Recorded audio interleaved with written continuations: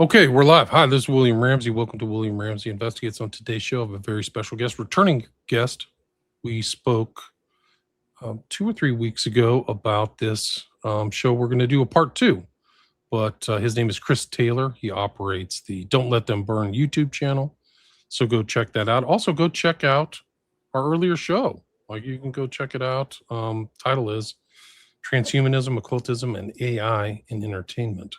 And we did 2 hours March 20th. So we're going to try to set aside 2 hours today. And this will be our 9th or 10th show. So you can go through my archive. You can go to his YouTube channel, check out his other great content as well.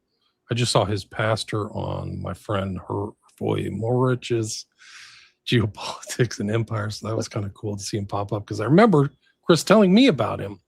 So I need to look into his work. It's Billy Crone, Crone. Yeah. And it seems very timely too. Like, so much is happening in the world. So much seems like biblical truth. Like, this is kind of like, wow, all this stuff is happening in the Middle East. Like, you literally could have Armageddon, which is a battle that takes place on the plains of Megiddo in present day, I think, Syria, or not Lebanon. But feels like all the anger's building up. And anyway, it's just all this AI and transhumanism stuff is just like all involved in this whole thing. But some of our earlier shows we talked about Hidden Dangers of the Rainbow, Occultism, Kanye West, Marina Abramovich. Epstein Files was February 26th of this year. So COVID deception. We did a group show, I think, back in 2020, I think, or 2021. Anyway, title of this one again is Transhumanism, Occultism, and AI. So this will be a part two. So Chris Taylor, welcome back to the show. Thanks for having me again. I'm glad to be here. We have a lot to get through. All right. Well, let's get started. Where did you like to start? All right. So this is like a part 3 of 5. So we did part 1 and part 2 last time, and now we're on part 3. And so I'll just do a slight recap for the audience or people that weren't here the last time. And basically, people are looking for eternal life without Jesus, and that's true through transhumanism. So we went over the lie of Satan. We went over how we're living in a fallen world. The lie of Satan is that we can become gods, and that's what people that are looking for eternal life without Jesus are looking for. This whole thing where humanity could do it. So we went through the words of Jesus. We went through eternal life, what it means. Artificial intelligence and the demonic connections. We went through occult magic, witchcraft, voodoo, animism, and zombies, and the correlation between those, automatons and the apotheosis, the mythology, and paganism, how that connects as well. Hollywood, sci-fi, and comic books. Modern articles that encompass both tech and the occult. We went through spiritual energy, demonic power, and mind control. And we also went through enchanted objects, spiritual beings inhabiting artificial consciousness. We went through human machine hybrids, and we're going to touch on that again. And so transhumanism into posthumanism, where they want less people on the planet and more of what they would call the new race or human 2.0. So again, the lie of Satan is from Genesis 3:5. For God doth know that in the day ye eat thereof, then your eyes shall be open, and ye shall be as gods, knowing good and evil. Right? And so in Galatians it says that Galatians 6:8 says, whoever sows to please their flesh, from the flesh will reap destruction. Whoever sows to please the Spirit, from the Spirit will reap eternal life. So this motif of eternal life is throughout the scriptures. Okay, and so the enemy of mankind is Satan, right? Or you can call him Lucifer, or you could talk about the demons and all this stuff, but he is the father of lies, as Jesus said, a murderer from the beginning. He is a deceiver, a counterfeiter, and a temporary king of this world. And so one of the laws of Satanism is the law of reversal. Anything God says to do or what God puts in place, he does the total opposite. And please remember that as we keep going. All right. So, have we been led down this path? Yes, there is a human component, but we're going to see throughout this that there is a spiritual component as well. And this, you could find this correlation through all sorts of cultures through antiquity. They think they're talking to gods when they're really talking to demons or fallen angels. And last time we covered evolution, but we're going to go tread back over that path again, so it becomes clear where since the 1800s, mid 1800s, where mankind has been going since then through the textbooks and all. Right. So, is evolution a religion? Yes. And it seeks to convert. It requires total faith. It has a God. Sometimes you can call that an infinity or eternity or the Brahman or the universe. You hear this term a lot. The universe granted me this or that, right? Some of those ideas come from Hinduism. And we don't have time to go over that tonight, but just keep that in mind. And you can research it for yourself. And does it have a temple? Yes, the universities. And this is the same stream where we get the deluge of Marxism, right? Evangelism, it comes through the media, whether it's books, doesn't matter, your news media, your movies, doesn't matter which form of media, it's there. And so the prophet is Charles Darwin, even though he wasn't the one that totally came up with the idea of evolution. So anyway, the enemy of evolution is creationism. God created the world in 6 days and rested on the seventh. That is the enemy of evolution. And so they want to stomp out the idea of God or creation and make you think that it came from aliens or panspermia, something seeded the planet, or we evolved from some sort of amoeba or monkeys or whatever, right? And then just a side note for a minute, we are also dealing with scientism. Basically, this is a religious belief only in science. Science will cure humanity, help humanity get to the next level of evolution, right? And so it says the definition of scientism, one method is methods and attitudes typical of or attributed to the natural scientist. And number two is an exaggerated trust in the efficacy of the methods of natural science applied to all areas of investigation, as in philosophy, the social sciences, and humanities, and go on and on. I just want to side note on that, so you know that what we've been going through, or what we went through since 2020, was a part of scientism, and they told you to what? Trust the science. Okay, so told you over and over and over again until you had it drilled into your head, right? Absolutely. Yes. They have their own creation myths. Like there was this pool of water and a lightning bolt of all things hits the water, and that was the beginning of the sentient little cell began. Right.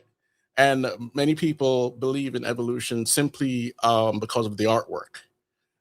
We have all this artwork showing, man coming from monkey and onwards, and a bird can turn into a dog, a horse can turn into a whale, whatever, right?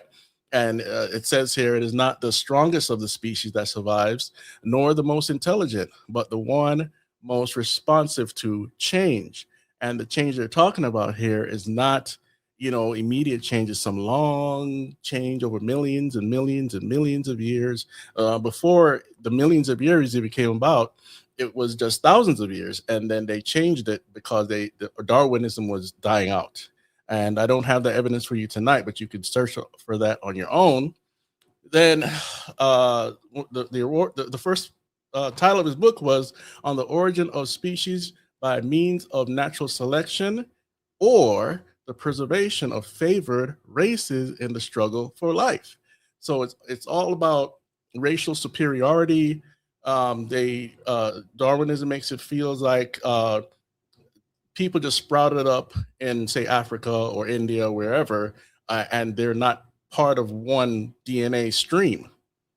And so there was an expedition that came out that talking about the fallacies and the hypothesis of Mr. Darwin. That's there to your right. And you're going to see a lot of the trends that we're going to follow tonight comes from the 1800s, believe it or not. You have to So, remember too that Darwin's associated with the Royal Society. So a lot of these presentations and stuff were done through the king and queen, like literally through the royal family mhm, supported it. So this whole it's not a mistake that these ideas were formulated and promoted at the time when the British Empire really ruled the world, right? Because mhm, this ideas justified their empire because yeah, they saw themselves as like the struggle for the favor and influence Hitler and all this other stuff. yeah, yeah. It And led to just horrors like mhm, Darwinism. oh yeah. People might see this diagram and think that's an African guy. No, it's an Aborigine. And they call him a man-like ape. Okay, so if you want to use the term racism, which came about in the 1800s, then this would be it. Okay, so we go to the Nazi studied California's sterilization program in 1909 that they use as a template of their racial hygiene policies that eventually led to the Holocaust. This comes from Darwinism, and we'll keep going.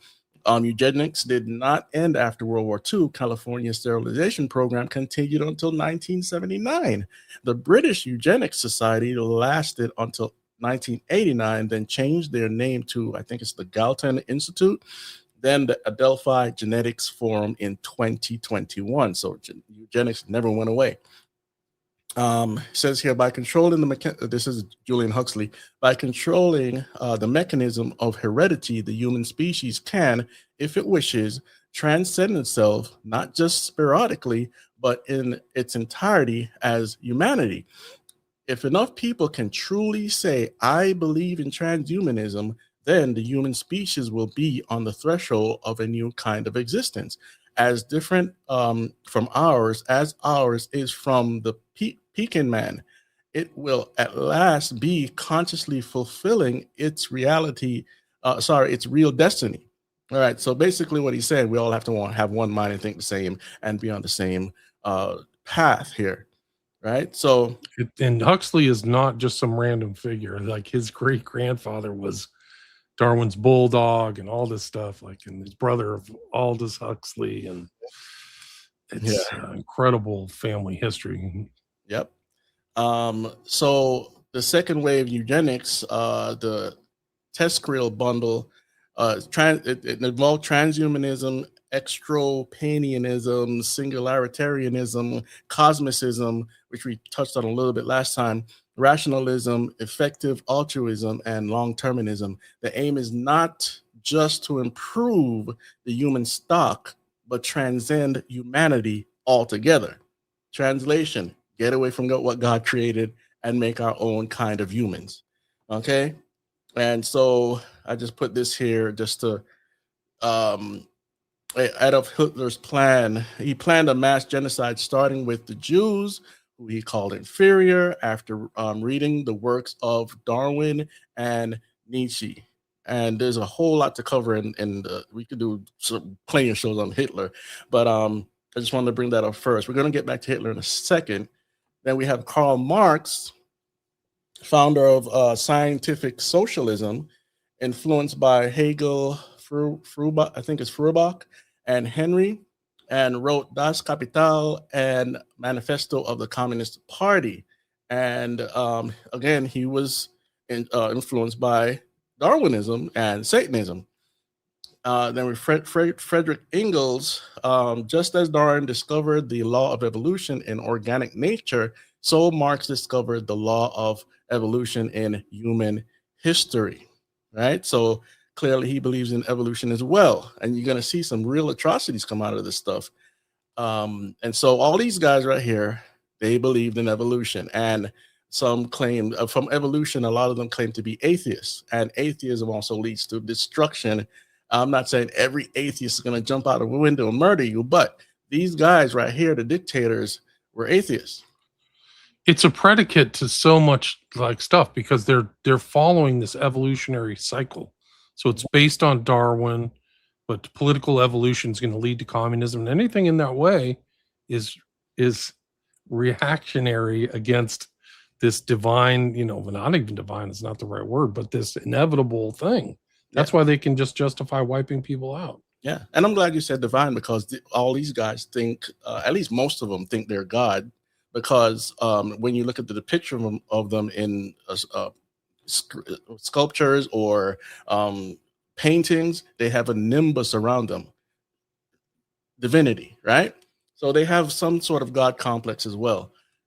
So Sigmund Freud compared mankind to animals, and that's why we call each other animals nowadays. And if you think like an animal, you might just act like it, right? Vladimir Lenin, over 4,000 dead. Joseph Stalin, millions of Russians dead after reading Darwin's book and became an atheist.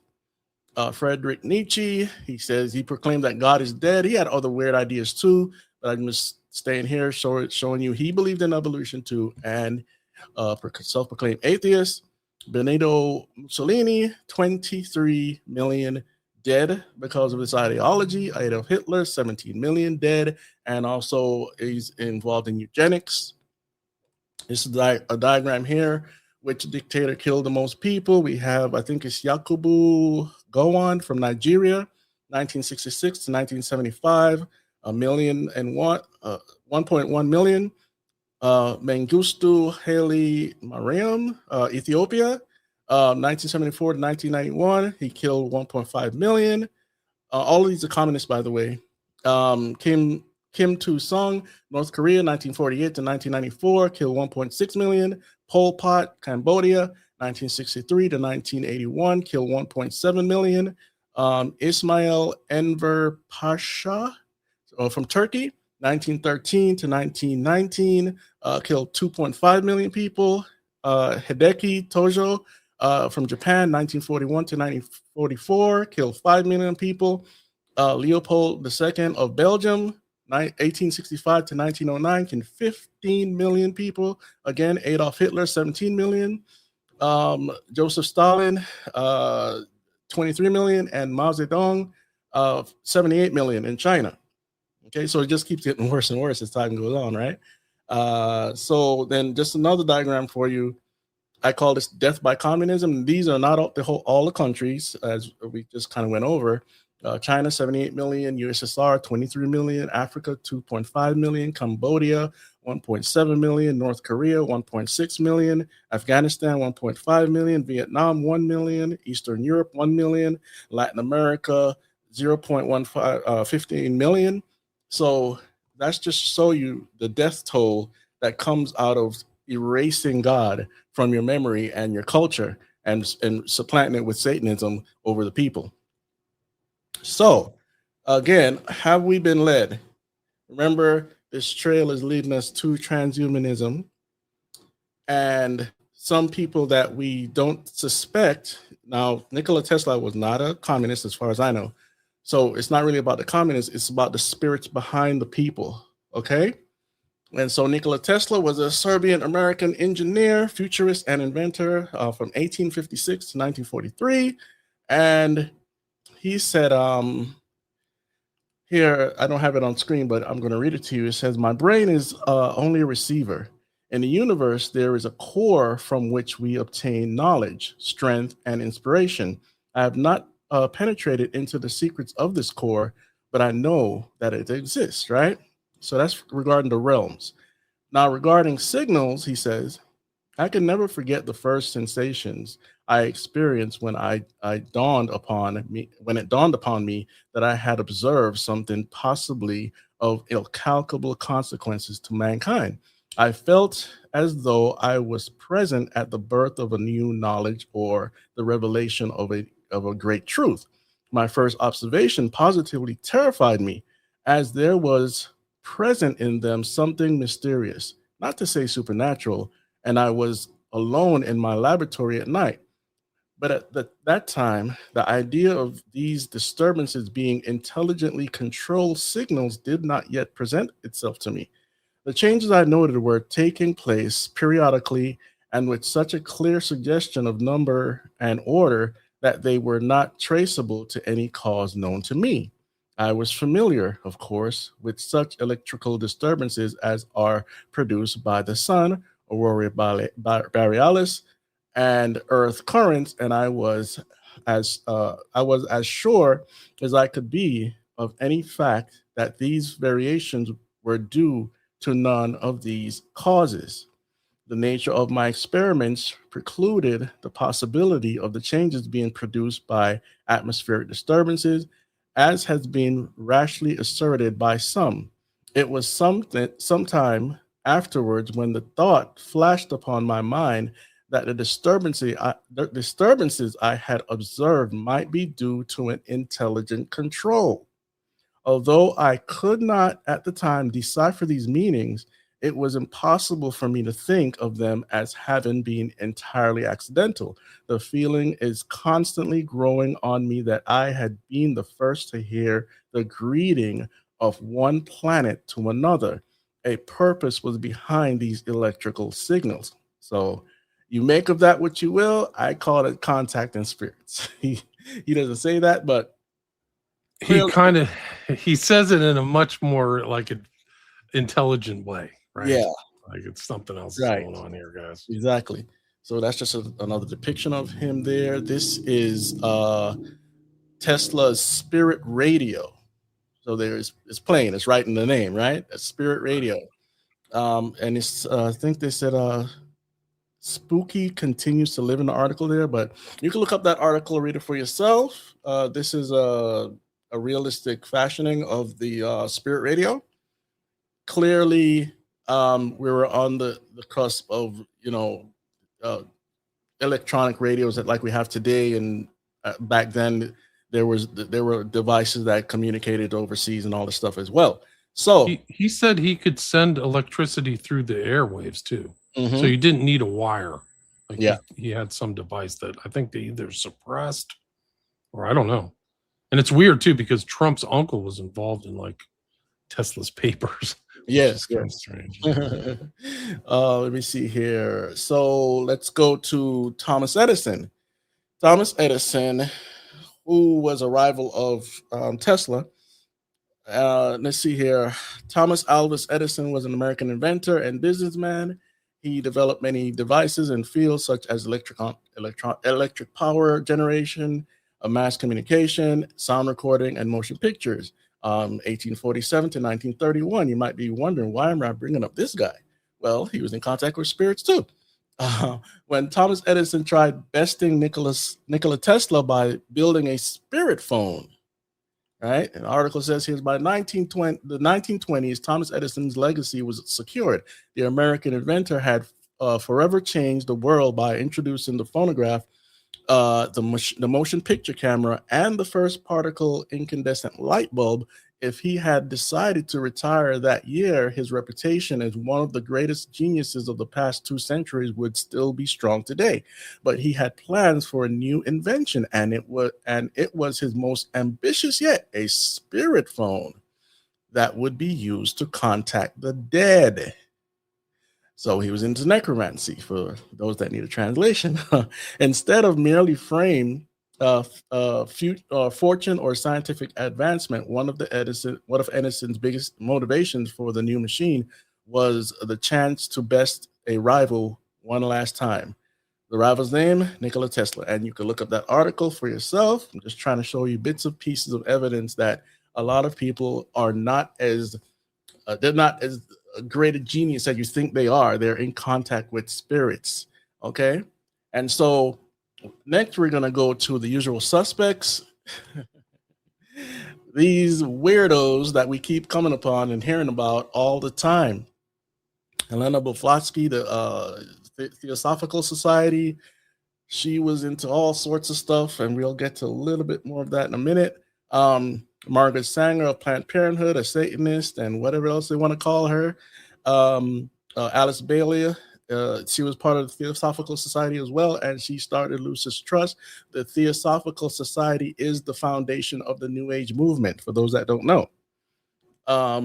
So New Age doesn't sound as mysterious as Theosophical, right? And of course, Aleister Crowley, who was part of the Golden Dawn. I think he helped create it, right?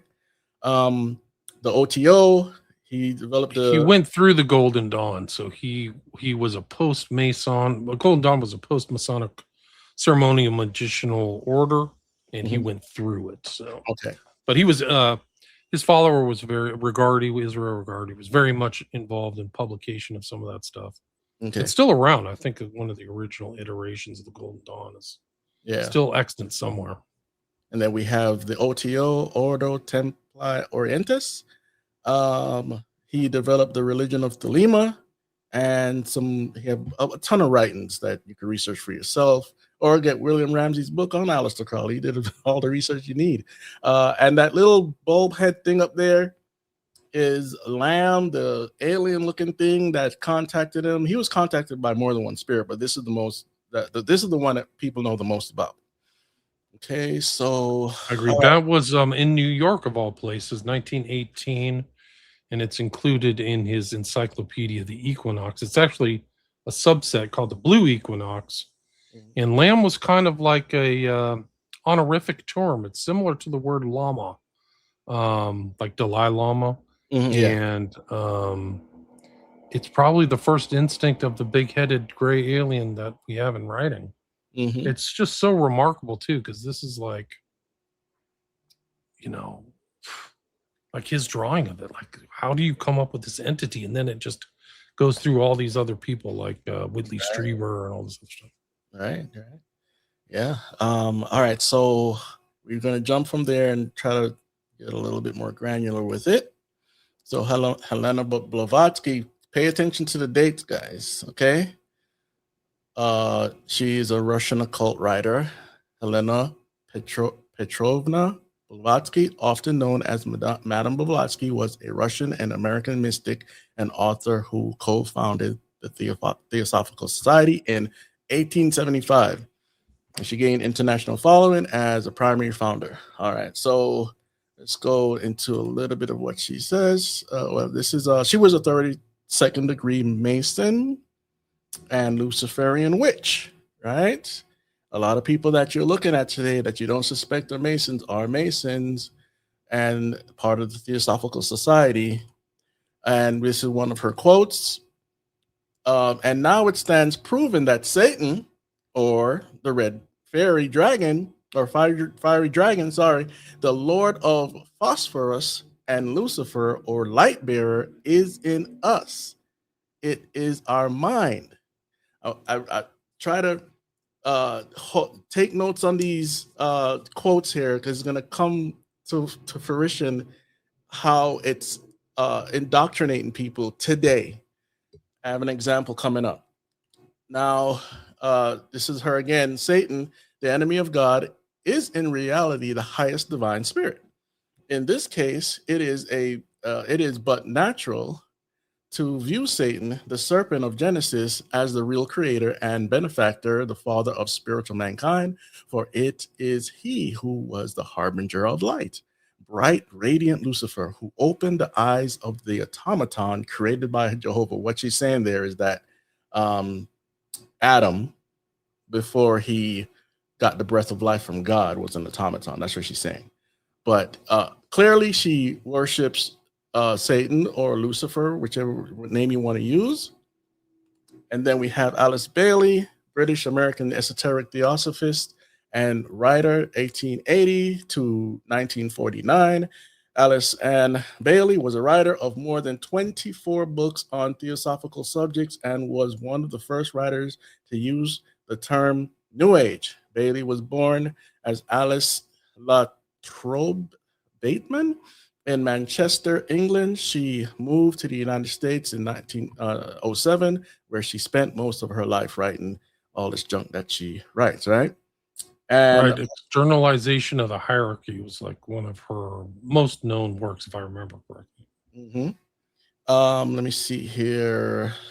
Okay, so she was the founder of Lucis Trust, formerly known as Lucifer Trust, did automatic writing, channeling, and made up a 10-point plan that allowed the United States nations to influence our society in many horrible and reprehensible ways. This is a quote from her. There is no question, therefore, that the work to be done in familiarizing the general public with the nature of the mysteries is of paramount importance at this time. These mysteries will be restored to outer expression through the medium of the church and the Masonic fraternity.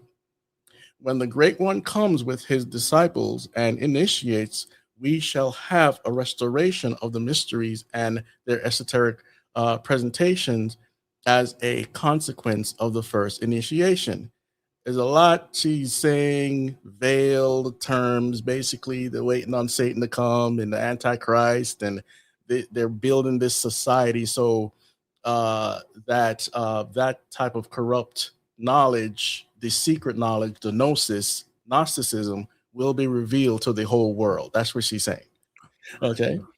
And when she says through the medium of the church, that could be anything. But they do want to corrupt the Protestant church along with anything else that calls itself a church. So make of that what you will. Let's see here. So she says here, Christianity must also be overthrown because it is based on Jewish sources. The rule of Christ must come to an end because only the rule of force is right. In the world order of the Axis powers, the individual has no rights. He has no freedom except insofar as he serves the state. Isn't that communism? Right? And whatever else you want to attach to that, pretty much, right? So they want to lead us into this world of slavery. It says here that between 1919 and 1949, her death, she produced 24 books, including the autobiography. 19 of these books were supposedly written by her Tibetan master, which is a demon, or Dual Koal, or Kull. During the intervening years, Alice Bailey spent most of it working out what she referred to as the plan. Trust the plan, Chris. Trust the plan. Right? The results of, and by the way, in that whole, movement, there was a lot of New Agers. Theosophical Society, Theosophy, again, for those that don't know, is the New Age. Okay. And so she influenced the birth of many New Age groups, the Church Universal and Triumphant, Benjamin Krem's the Tara Center, the Robert Mueller Schools, and the Temple of Understanding, to name just a few. So it already infiltrated what we would call the church. All right. So this is just a diagram showing some of the people I don't know all the names here, but Alice Bailey is in here somewhere. I downloaded this like over 2 years ago. Is that the Ascended Masters or something? Yeah, like that? Yeah. So they have all these other Saint Germain, Dewaj Cool. I don't know. They have all these Ascended Masters, and they're just Rikorsky is one of them. That's who's apparently. Well, he used to say that. David Icke used to say he was in contact with Rikorsky. I think he dropped it once people realized, whoa, this isn't Christianity, bro. Right. But there's this winding stairway to heaven. Yeah. And for people that always hear about two pillars, it's all there. For people that always hear about the checkered floor, that's because it's a symbol of duality, the fusion of opposites. Again, we talked about the force and all these things before. So moving along, here's a poster or a flyer of the Theosophical Monthly, which is there's Lucifer. This is a publication, Lucis Trust, whatever. And you got H.P. Blavatsky there and Mabel Collins. So they were writers for this. And right next to it, this is one of the patches I believe they had or something like that. Oh, Lucifer, please take my hand. So again, this is so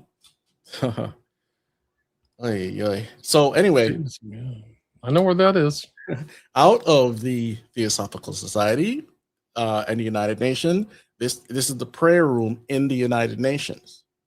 Okay, now I have a kind of long diagram to read here, They Next, call it the meditation room, which is meditation. very in like the terminology of the New Age and Theosophy is this whole, or even the modern kind of stuff of what Blavatsky was into was this whole meditation stuff. They love the meditation. You can go to their website too, the Oh yeah, Lucis Trust. Yeah. yes, yes.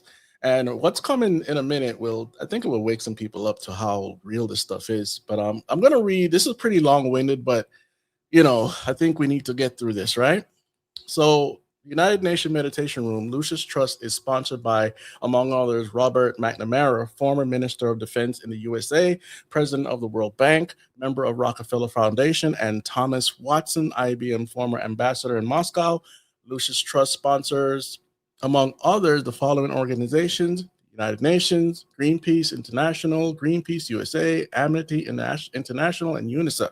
The United Nations has long been one of the most foremost world harbingers of the new spirituality and the gathering New World Order based on Asian occult and Freemasonic principles. 7 years after the birth of the UN, a book was published by the theosophist and founder of the Lucis Trust, Alice Bailey, claiming that evidence of the growth of human intellect along the needed perceptive lines for the perception of the New Age can be seen in the planning of various nations and in efforts of the United Nations to formulate a world plan.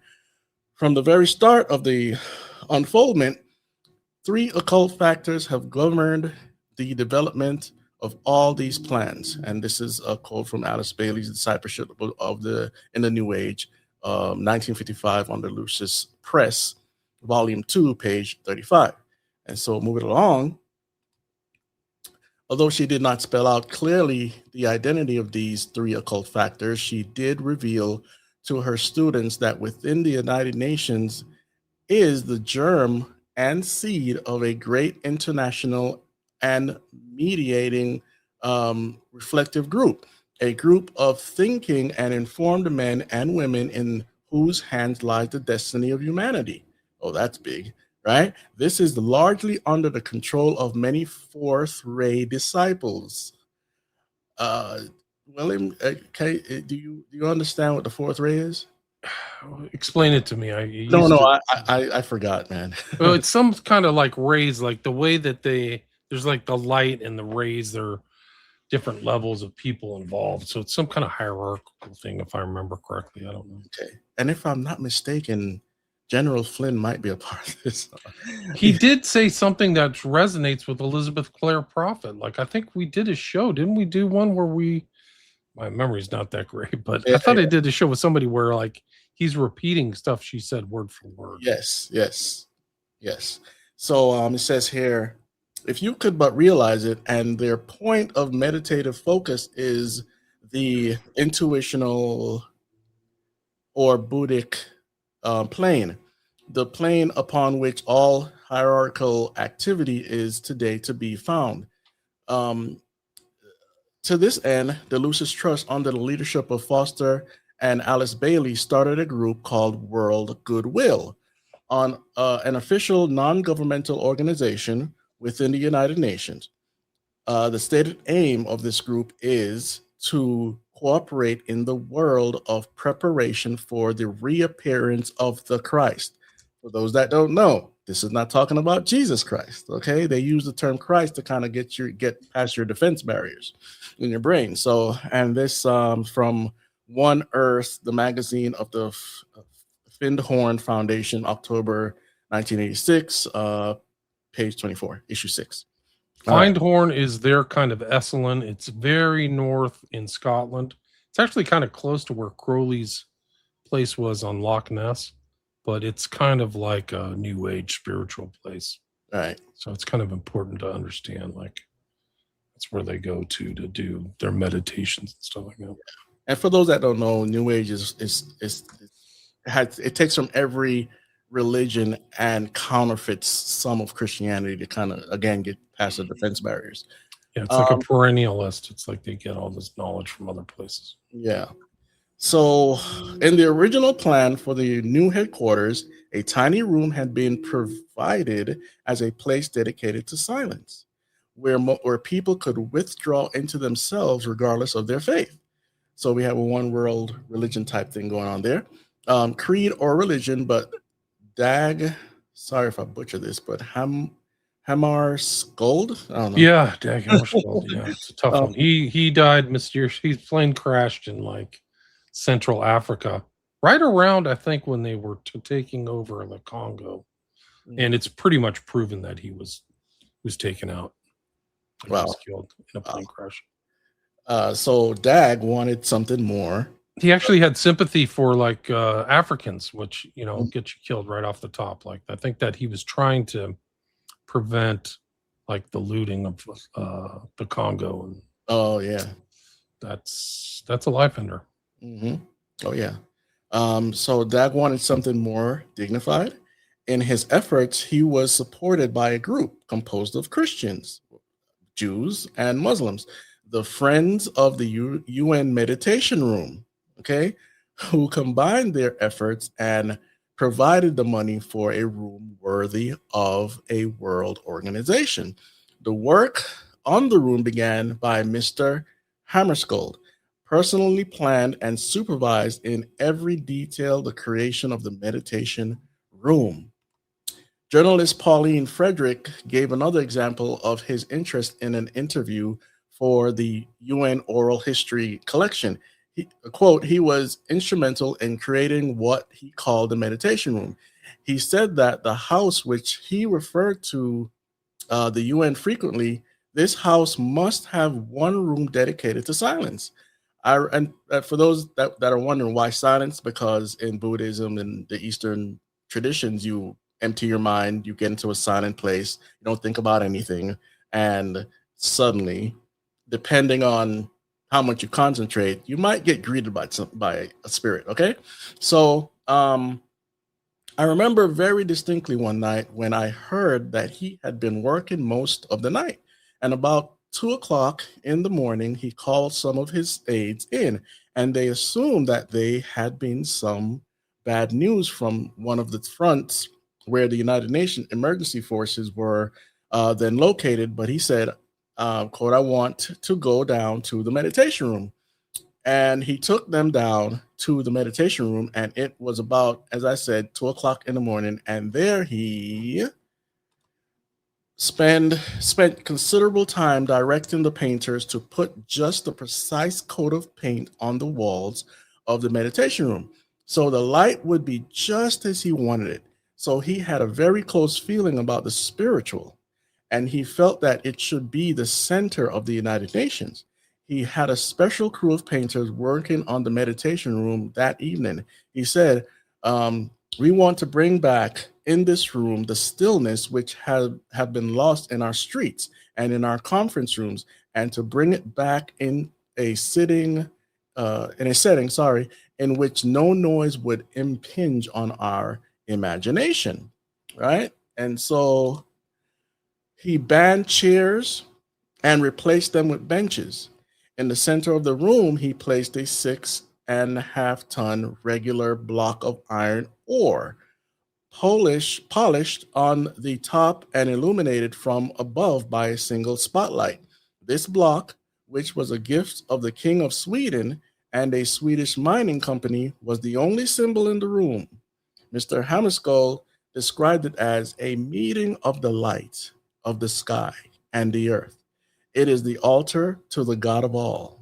We want this massive altar to give the impression of something more than temporary. In addition, an abstract mural, a composition of interlocking geometric patterns, which is supposed to evoke a feeling of the essential oneness of God, was ordered by Dag Hammarskjöld from his artist friend Bo Beskow, which I know nothing about, whoever that is. And so this is the depiction here. I'm not sure what these geometric shape mean. Maybe somebody has decoded it. I don't know. I think what was his name? William Cooper did a show on this, and he said that there was some kind of meaning there, like there's like 47 different forms or something weird, like you broke it down. I forgot. Yeah. Well, so on Netflix there is a show called three-body problem, right? And the three-body problem, this is found in, astrophysics and whatever, but in the show, it's about sending a signal to aliens. And there's a problem getting the signal around, I think, Jupiter, the sun, and one other body, right? And so they have to figure this out. In the meantime, these strange anomalies are happening on the planet. This clock keeps counting down. I haven't watched the show in a long time, so I don't have the whole thing to tell you. But you also have these VR glasses that put people into alternate worlds. Pretty freaky stuff. But to the point about the meditation room, we get to this guy. I don't remember his name, but he's a reluctant person that doesn't want to be the representative of planet Earth. And the leader, or I don't know what she's called in the UN, is trying to convince him to be the envoy. You're to take up the mantle, the task. And where do they end up? Oh, wait a minute. Look at that. In the meditation room. That's where she convinces him. Wow. I was thrown back when I saw this. I was like, wow. That's incredible. I would have never thought that they would have put this in a film. And a lot of people you tell about the meditation room, they think you're crazy, you know that, right? They think, oh, come on, really? There it is, right there in the film. Okay, so the next person, as we talk about a lot, is Mr. Crowley, right? And so, again, remember the dates. Aleister Crowley was born in 1875, October, and died in 1947. An English occultist, ceremonial magician, a poet, a painter, a novelist, and a mountaineer who developed the religious and philosophical system of Thelema. And I don't need to read more. You just look at the creepy pictures. That's the sign of Pan. He's in a ceremonial hat, the triangle with the eye of Horus, so it's not the eye of God. Right. The thumbs are out, so this is all like symbolic gestures, I guess. Right. And there you have down there Pazuzu, which is also like the Lord of the Flies, which goes back to Baal. And we don't have to break down all this the symbolism, but we know that he wanted to, they called him the Beast, and he was into the 666 stuff and very sick stuff at the same time. So he dabbled in the Kabbalah and Egyptian mysticism and all this stuff, and everything occult. Like, he was really a magus. I mean, you have to give his credit to his intelligence, but right, like, I think he covered so much Eastern mysticism, like everything, yoga, I Ching, a lot of stuff. But you can read Prophet of Evil, my book, Prophet of Evil, published 2010. I can't believe it. Yeah, 16 years ago, but it's all there. Yeah, and he was very into sexuality, like Pan. He will have sex with anything, okay, including young little ones. Let's put it that way.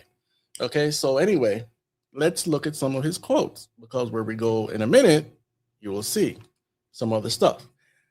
Since all things are God, in all things thou seest just so much of God as thy capacity afforded thee. I don't know why he's writing in antiquated, language, but whatever. Basically, all things are God. That's repeated in witchcraft and other things. God is in everything, and that's not true. And he says here, the serpent, Satan, is not the enemy of man, but he who made gods of our race, knowing good and evil. He bade know thyself and taught initiation. Next one, the Thelemite does not suffer death. He is eternal and perceives himself, the universe, by virtue of the categories of life and death. Then he says, one would go mad if one took the Bible seriously, but to take it seriously, one must be already mad. So can you go back to that other quote too? Because there's something interesting. That quote is from Magic in Theory and Practice. Yes, and if you get the full quote from Magic in Theory and Practice, he admits the entity AWAS that dictated to him the book of the law is Satan.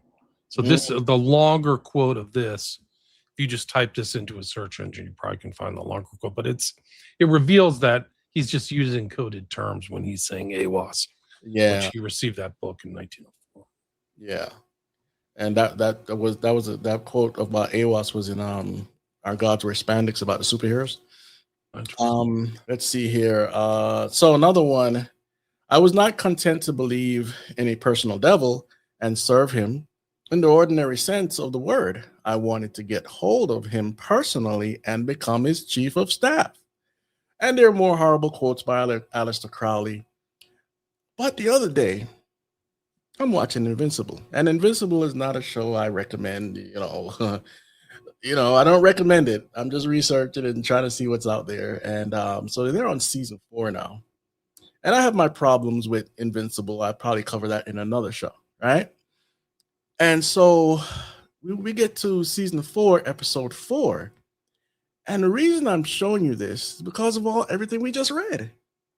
Okay, so I'm not sure about the word Herm. I know Hermes and whatever.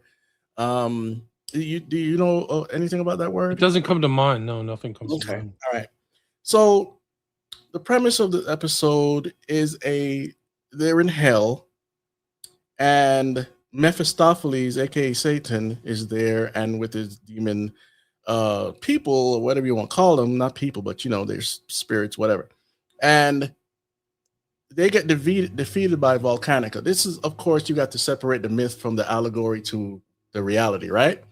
And so Satan stands defeated, and his demon friend Damien says, "We need to conjure somebody to come and help us." And what they try to do is conjure who's called Omni-Man.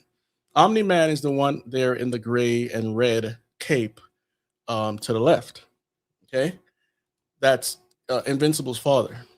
So they decide to conjure him. So they do this blood ritual, which is not surprising. They're in hell, they're demons, whatever, right? And so they start the ritual, and of course, there's the blood, and they start a ritual. They start saying weird stuff, so I didn't really bother taking those words to try to repeat them here, right? So they do the pentagram, and the portal starts to open, and chains come out, and Invincible shows up. He's not supposed to be there. It's supposed to be Omni-Man, but Omni-Man isn't on the planet. He's away, either dead or alive. No one, most of them don't know where he is, right? And so Invincible, he says, "Oh, not Omni-Man. This is Damien right here, the demon that the secret, you would call it the CIA or NSA of that universe. They worked with this demon to solve cases." And so Omni-Man's like, "Whoa, so hell is actually real?" Now, Omni-Man, I wouldn't call him I'm sorry, not Omni-Man, but Invincible, I wouldn't call him a Christian.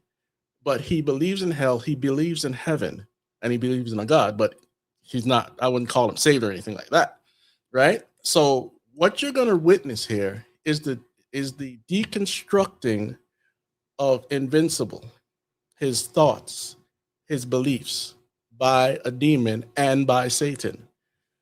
And when I saw this episode, I was blown away. This is just straight Crowleyism, or whatever you want to call it, right? So demon says, yes, hell, demons, and Satan. Basically, it's all real, right? And then he says, Invincible says, aren't demons the bad guys? No offense. He says, do not let surface dwellers superstition cloud judgment. And Satan, not evil. Didn't we just hear this before? Right? He says, your world not threatened by Satan. Your world exists because of Satan. He says, okay, what? And he says, surface dwellers live in sixth age of existence. Now, this is where the fantasy, the imagination, the mythology starts to come in, and then they'll get back to indoctrination, right? So just bear with me for a second. And so basically, the surface dwellers are unaware of previous 5 ages. Surely notice giants, monsters, behemoths that remain. He says are from the second age. They're not a radiation thing, basically like how Godzilla was made by radiation and all. That's what he's trying to allude to. And so he says, and thankfully are lesser creatures than old ones from first age, right? And Satan and demons are of fifth age. We do not speak of third age. Well, he says, Invincible says, well, you also left out the fourth. And Damien does this thing where he's trying to make a joke, but it falls flat. But anyway, fourth age was chaos. For millions of years. Now, this is evolution, guys. The millions of year thing that comes from evolution. For millions of years, a vial ruled planet above and below. Now, the vial that he's talking about it's kind of an allegory, but at the same time, he's talking about like what we would call titans. Okay, rule the planet above and below, right? And so there are foul creatures with eternal hunger, cannot be killed. Somehow survived the fifth age. War between us lasted eons. Threatened planet with destruction, and Satan comes up behind them. This is Mephistopheles, Satan, demons drove vial to here. So basically the vial are underneath all the lava, and then they torture them and whatnot. Just bear with. So they call it the underrealm, which is basically just hell. And he said they imprisoned them, kept them weak with torture. Without demon sacrifice, humans never evolve. Okay, there goes the evolution thing, right? Never grow, no cities, no language, no you. All right. Then he says, Satan led demons against the file so others may live in peace. You kind of owe him everything. Okay, so he's saying mankind owes Satan everything. And he says, thanks, I guess, And hold on a second. Satan says, our sacrifice is not entirely altruistic. Unending torture was already our thing. Oh, so this place is just deep into the earth. That's Invincible talking. And Damien says, yes. And so now they transition from here to where in the Bible it talks about the bottomless pit, and Satan's crown is in the bottomless pit, guarded by the Cerberus from, I think, Roman mythology. And so they're after Satan's crown to give him power again, which again, you got to separate the myth from the allegory from reality. Okay. And so as they're going down this bottomless pit, he says, hey, if there's a hell, does that mean there's a heaven too? That's Invincible. And Damon says, no heaven we know of. World doesn't have balance that humans pretend there is. No one keeping track of good deeds and bad deeds. And Invincible says, oh, Demon says, see, this is bad news. Think other way. If world ever brought truly to side of good, no need for balance. Make earth heaven instead of imaginary one in sky. Ooh. Right? We've heard through all sorts of new age and all this sorts of propaganda that there's hell on earth and we could make earth into a heaven, a utopia, and all this stuff, right? Pretty much what he's saying. And Invincible says, huh? He says, and so anyway, the battle ensues and he defeats the cherubus really quickly. And so he brings the crown back to Satan and says, check it out. It's not as hot as it looks. And he throws it and Damien's like, oh, it's fragile, da-da-da. And anyway, Satan captures it and, he comes back up. You got the crown. And he says, Satan says, gratitude, surface dweller, for returning what is rightfully mine. Eons ago, he starts his diatribe now. Eons ago, I rose from the blackened ash of the reign of chaos and claimed the infernal throne. Oh, by the way, guys, demons and Satan, they fear hell. They don't want to be there. So it's not a king in hell, Mephistopheles and Mephisto and all that stuff. No such thing as this. So eons ago, I rose from the blackened ash of the reign of chaos and claimed the infernal throne of the reign of chaos and claimed... Okay, wait a minute here. I forged this molten crown and imbued it with the souls of the vanquished, with their power coursing through my vessel. I ruled over an era of peace Peace, right? Okay. The underrealm had never seen. In the millennia of my rule, nary in tooth without flesh and gnaw, our kind grew fat and satiated, but also weak. And this is where he's transforming into his true form, according to the story. Torment of the vile does not prepare one for war.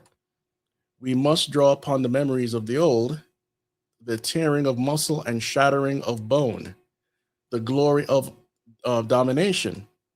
We must quake these caverns with our might until our victims beg for mercy through jaws crushed beneath our heels.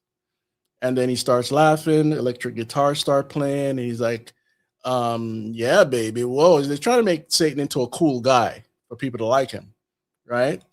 And I'm looking big, I'm looking mean, whoa, I'm looking hot, oh yeah. Yeah, I'm back. And Damien bows and says, my lord. And then he looks at Invincible like, aren't you going to bow? And credit to the writers, Invincible says, I'm not bowing to Satan, right? So Damien and Invincible walk off, and then Damien says, not as you imagined. Invincible says, no. Then here comes more deconstruction. Surface world made hell into bedtime story to keep humans good. But humans good without. The Bible tells us that there is none good, no, not one. That's why we need a savior called Jesus Christ, right? And then Invincible says, I don't know. He's conflicted, basically. And then Damien says, you do. And Invincible is like, I do what? You know. Speaking of yourself, basically, because he's conflicted in good and what he has some issues. And I helped you get the crown. Just send me back already. And say the path of good is difficult. Sometimes must choose least of two evils. Demons torture vile, world safe. So basically, he said that the world is kept safe through demonic rule. Demons not torture vile, all die. And Invincible says, no, that's bull. Says here, there's always another way that doesn't involve torture or killing. And maybe, I think this is Damien talking, maybe have not found yet, the world could not wait. Basically, he's saying if they don't do it, the world won't be saved. Okay? So there's your Crowleyan deconstruction of a hero that many kids look at. And this was a totally demonic episode. Anything you want to say on that? Wow, no, it's just crazy that the people are being exposed to that, you know. Damien and Satan and this whole kind of like mangled theology or something. That's crazy, right? Doctrine of demons or something. Yeah, absolutely. Now, the next person. Now, remember, guys, if you just tuned in, you weren't here at first, the road we're on here is, are we being led down the path of Satanism, transhumanism, becoming something else that God created, bowing down to technocracy and AI and fusing ourselves with this whole thing? So this is, see if I get this name right, Srinivasa Ramanujan, okay? He was born in 1887, was an Indian mathematician often regarded as one of the greatest mathematicians of all time. Though he had almost no formal training in pure mathematics, he made substantial contributions to mathematical analysis, right? So that's the picture of the real guy. And this movie came out a few years back. Can't remember the exact date, not too long ago. It's called The Man Who Knew Infinity. Remember I told you that infinity, the universe, and these things all correlate in an esoteric occult fashion, okay? And so this is just a presentation of his mathematical writings or whatever, formulas. Oh, wait a minute. Sorry. This is actually a short video on him. Most of Srinivasa Ramanujan's knowledge came from a single mathematics book. He spent all of his time thinking about math and little else. It's no wonder he flunked out of college twice. Yet somehow he found his way to the University of Cambridge to perform groundbreaking research on mathematical problems. Ramanujan was born on December 22, 1887 in Erodi, a town south of Madras, what's now called Chennai, in South India. He was considered a miracle child, the only one of his mother's first 4 children to survive infancy. He also survived an outbreak of smallpox. Poor health would afflict him his whole life, yet it never slowed down his passion. Math equations danced in his head as if they appeared from thin air. He believed his gifts came from the Hindu goddess Namagiri.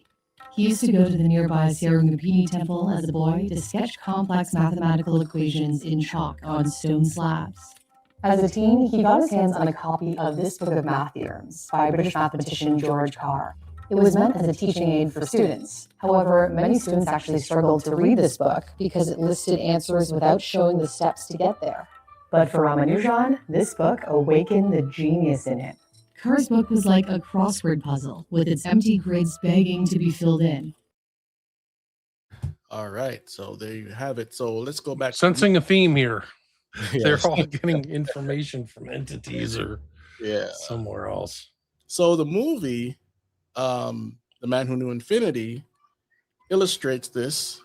So this is a professor, and they became friends, and the professor is an atheist. Okay, so at this point, the guy's in the hospital, the Indian guy, and so the atheist professor here is saying, "I'm sorry, I've not been able to be a better friend to you in the traditional sense." And he says, "I know you've needed one, but I'm not very good at all at that. You want," and then this guy's name, you know who I'm talking about. Yeah. He says, "You want us to know how I get my ideas. My God, Namagiri." And I didn't know the background before I saw this movie, so I'm watching this movie. I'm like, oh snap! They really admitted it, you know. And so Namagiri Devi, also known as Namagiri Tayar, is a powerful form of goddess Lakshmi and is revered as the goddess of mathematics, particularly associated with the mathematician Srinivasa Ramanujan. She is considered a fierce protector and is worshipped at the Namagiri temple in Namakkal, over there in Tamil Nadu, right? And at the side there it says the Narimashwami temple is a temple located in Namakkal, a town in the Namakkal district in the South Indian state of Tamil Nadu. It is dedicated to the Hindu god Narashima, considered an avatar for Vishnu. The temple displays Dravidian style of architecture and rock-cut architecture construction. And so here are some more depictions of that's him with the stupid false god demon, and other depictions of her, and even with the mathematics coming to the child in the dream. Okay, here are other depictions here, and even this is bold. Namagiri speaks where logic ends, and she's influenced through dreams. All right. So again, a lot of the people that we think are so talented, they're great actors and dancers and magicians and all, a lot of them have demons behind them. This is just a few. These are just a few examples based on the topic we're covering tonight. So Jack Parsons, now you know a lot about him. I do. Turn of the century, 1914 to 1952. John Whiteside Parsons was an American rocket engineer, chemist, and thelemite occultist. Parsons was one of the principal founders of both the Jet Propulsion Laboratory and the Aerojet Engineering Corporation. This is a picture of him with one of his explosives in his hand, and also his wife, right? Yeah, it's Marjorie Cameron was her name. And she wasn't innocent, guys. Okay. She's not. Yeah. Look at And her art. You want to have a bad day, see what she painted. oh yeah. All right, so let me see here. Strange Angel was a book written by George Pendle. If you want to go do some more research, you want to look into that. And Jack Parsons' Jet Propelled Antichrist is another book. There was also the TV series Strange Angel. He was devoted to Crowleyan, the Crowleyan religion. Okay. Crowley said he was his most important disciple. Oh yeah. Oh yeah. And so let me see here what's written in my notes here. Strange Angel, a drama series created by Mark Heyman, Black Swan and the Wrestler, and based on George Pendle's book of the same name, explores a dramatic intersection between genius and madness, science and science fiction. The story follows the life of Jack Parsons, a mysterious and brilliant man in 1930s Los Angeles, who by day helps birth the entirely unknown discipline of American rocketry, and by night is a performer of sex magic rituals and a disciple to occultist Aleister Crowley. One of the quotes from a book, it says, "But Parsons was a complicated individual. He signed a document stating that he was the Antichrist. He dedicated his spiritual life to summoning the whore of Babylon, the lustful beast-riding divinity prophesied in the book of Revelation, in order that she could claim dominion over the entire world." Parsons was born on the 2nd of October 1914, which happened to be the date that Charles Taze Russell of Jehovah's Witness claimed would usher in Armageddon. So we have two occult strands there. And this was from the book by John Higgs, Black Magic, Nazi Scientists, and Nuclear Panic, How We Got to Outer Space. All right, so a little bit more here. That's his wife again. And in the middle there, you see mystical symbols. Kabbalistic symbols are inscribed on lid of this box containing private papers of John W. Parsons, the explosive expert who was killed in explosion. Friends said symbols point to flair for mysticism, which fascinated him as much as deadly explosives. All right, so next we have, unless you have anything else to say about Parsons. When he was involved in unspeakable depravity. He thought he was like the one who came after from the Book of the Law. He wrote his kind of follow-on, like another chapter. Book of the Law came in 3 chapters, so he wrote supposedly a 4th. And he took the oath of the Antichrist. Yeah. And he supposedly met the devil, like the devil appeared to him at a very early age. And he had a very inappropriate relationship with his mother. Yeah. Allegedly, so very dark. And if I'm not wrong, didn't he have another inappropriate relationship with the man we're about to talk about? Yes. L. Ron Hubbard. Excuse me. L. Ron Hubbard, American writer and Scientology founder, born in 1911, died in 1986. Lafayette Ronald Hubbard, was an American author and the founder of Scientology, a prolific writer of pulp science fiction and fantasy novels. Now, remember, guys, there's a huge correlation with science fiction and a lot of things we're talking about tonight, so don't miss that. So he wrote pulp science fiction and fantasy novels in his early career. In 1950, he authored the pseudo-scientific book Dianetics, The Modern Science of Mental Health, and established organizations to promote and practice Dianetics techniques. Right? So most of you should be familiar with Scientology. We're not going to go down the whole rabbit hole, but it's not a church, and it's not even a true religion. It's just a way to suck money from people and brainwash them. So L. Ron Hubbard, well, it's technically a religion, but it's a pseudo religion. You know, they hide their scriptures and metal boxes in the desert and all sorts of stuff. I mean, you got to go do a whole deep dive on Scientology. But I've had an ex-member on my show, and just some of the stuff that they did and how profound it is. They really tried to reach into people's minds and kind of fulfill what Crowley thought about a lot of people as the slave shall serve. I yeah, think that Hubbard was comfortable enslaving people mentally. yeah, yeah. And yeah, I forgot to mention he is a devotee of Aleister Crowley as well. And so it says here, L. Ron Hubbard, inventor of the Hubbard electrometer, its use was to determine whether tomatoes experience pain. His work led him to conclude that tomatoes scream when sliced. Later, he founded the Church of Scientology so he could experiment with other vegetables.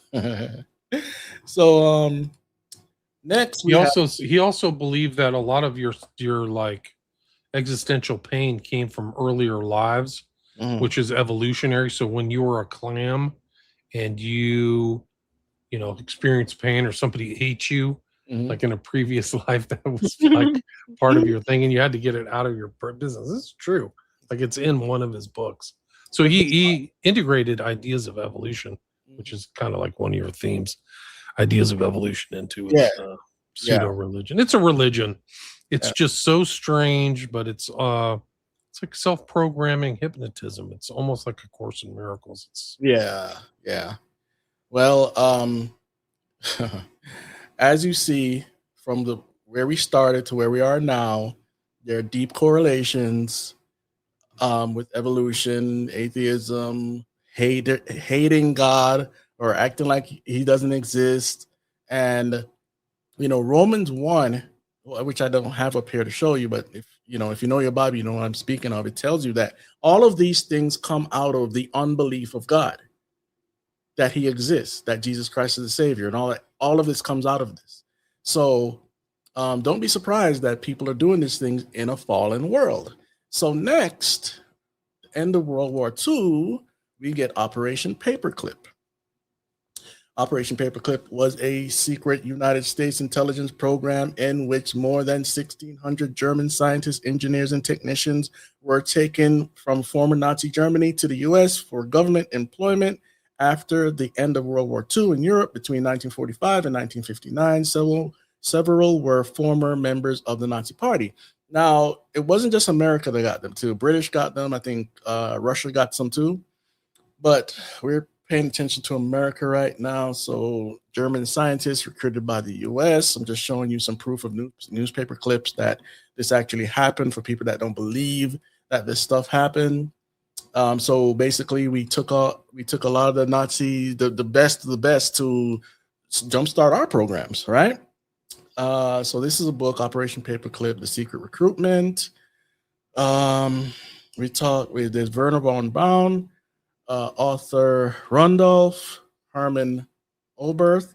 I don't know too much about these guys because I only have so much time to research, but here you can look it up yourself. And Jack Parsons used to call Werner von Braun. They were basically close to each other. So he was calling von Braun, asking questions. So it was a direct connection.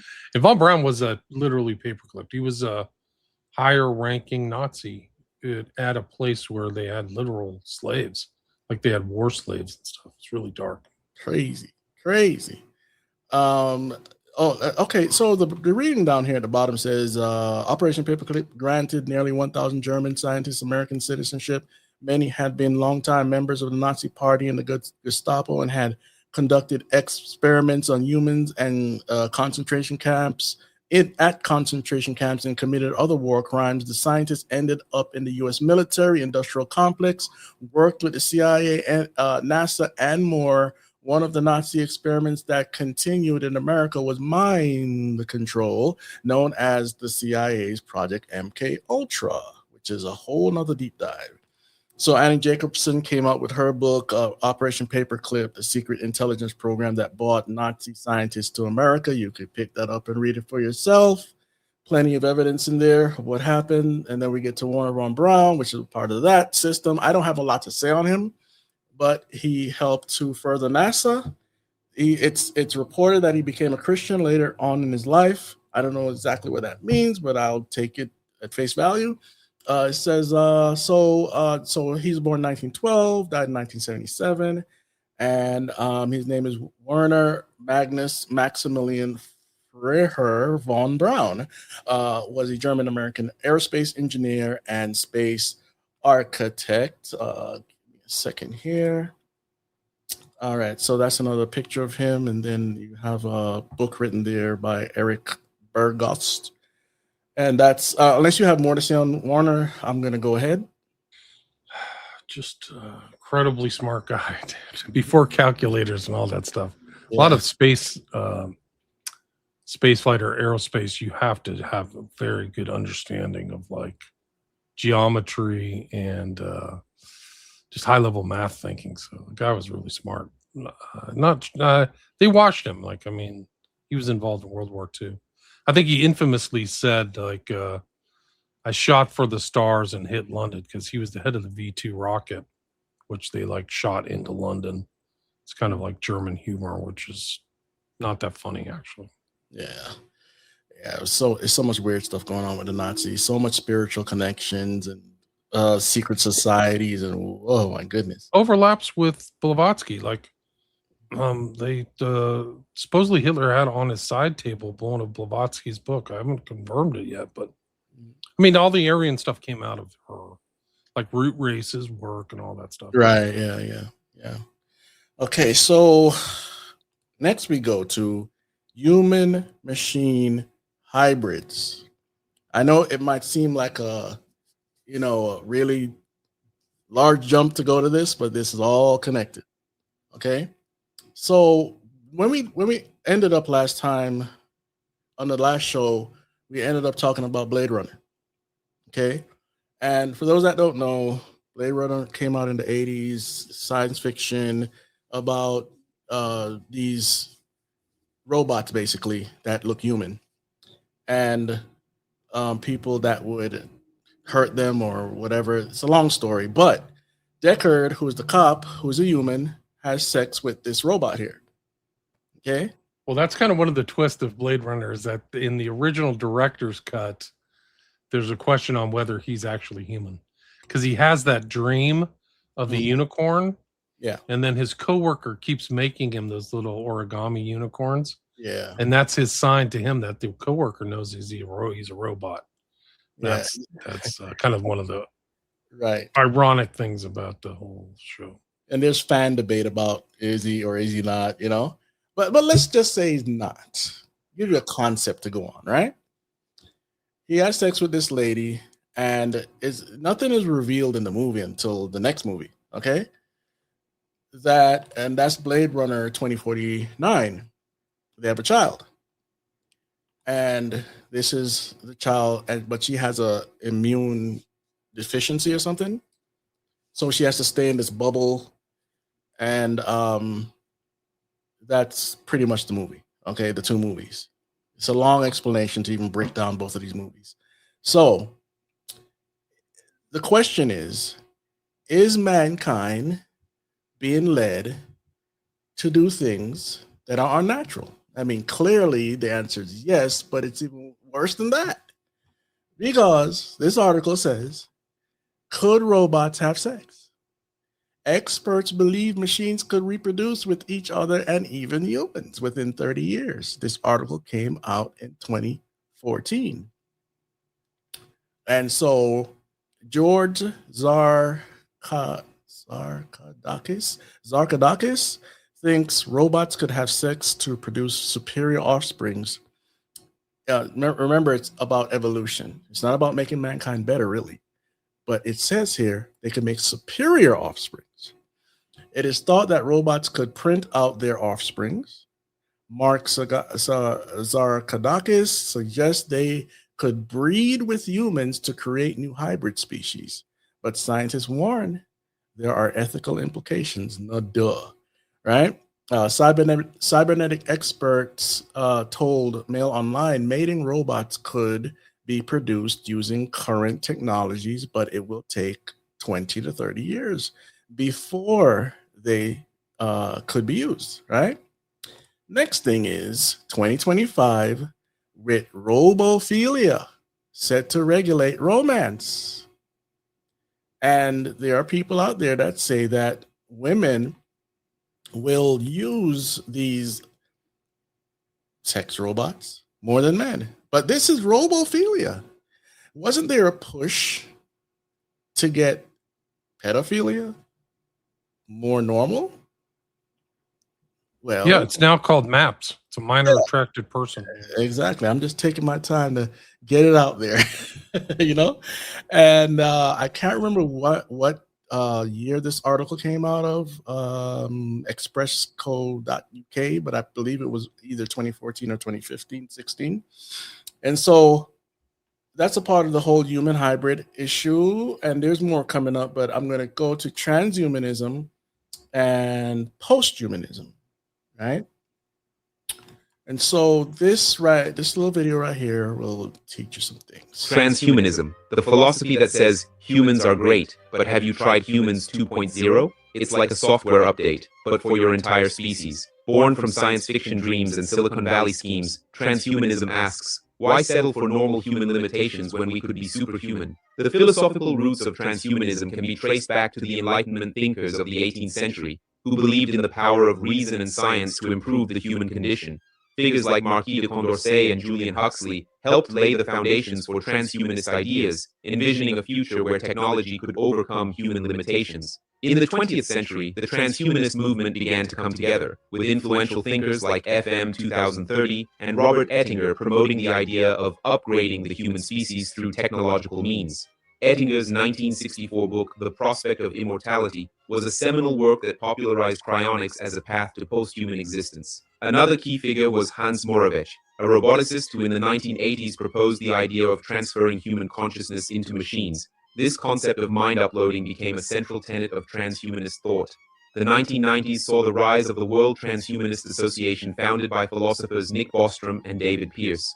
Bostrom's work on the philosophical and existential implications of advanced technologies has been highly influential in the field. More recently, prominent transhumanist thinkers include Ray Kurzweil, a futurist and director of engineering at Google, who has predicted a singularity where technological progress becomes so rapid that it leads to a transformation of the human condition. Genetic engineering is on the menu too, trying to bring designer babies to the table, but also designer adults. Critics worry transhumanism might create a divide between enhanced and non-enhanced humans, like high school cliques, but with quirks and superpowers. There are plenty of ethical concerns as well, but they argue the real ethical issue is not using tech to improve ourselves. So, whether you see transhumanism as humanity's next great leap or a sci-fi nightmare, one thing's clear. The future is going to be weird. A future where being yourself might require a user manual. But hey, at least you'll live long enough to read it. If you enjoyed this, you can like and subscribe, and I will see you in the next one.